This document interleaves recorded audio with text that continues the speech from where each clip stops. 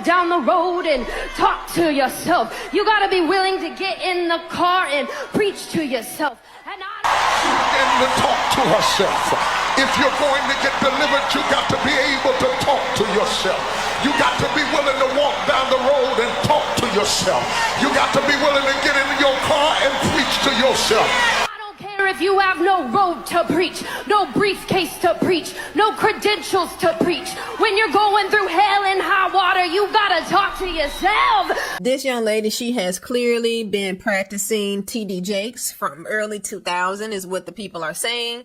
And in practicing TD Jakes, she kind of familiarized one of his sermons, and it's not going over too well. But I just never really can get with why people feel like they have to put on a spiritual blackface, so to say. And this is not something that just white people can do. Spiritual blackface, meaning they feel like they need to really identify with the audience, so they will begin to say things or do things outside of the norm. Kamala Harris actually did this. She went and spoke to a church, and she sounded just like this young lady, actually.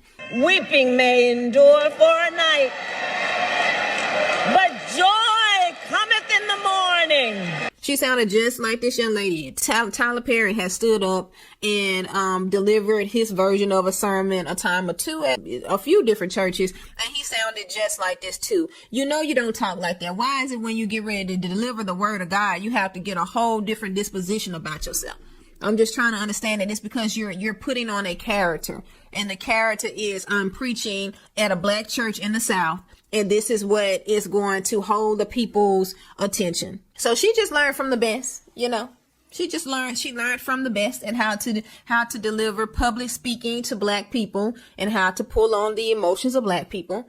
And people are offended by it, but I just say if you're going to be offended all the way around. Be offended at every pastor that feel like they need to get some type of phlegm in their throat in order to deliver the word of God.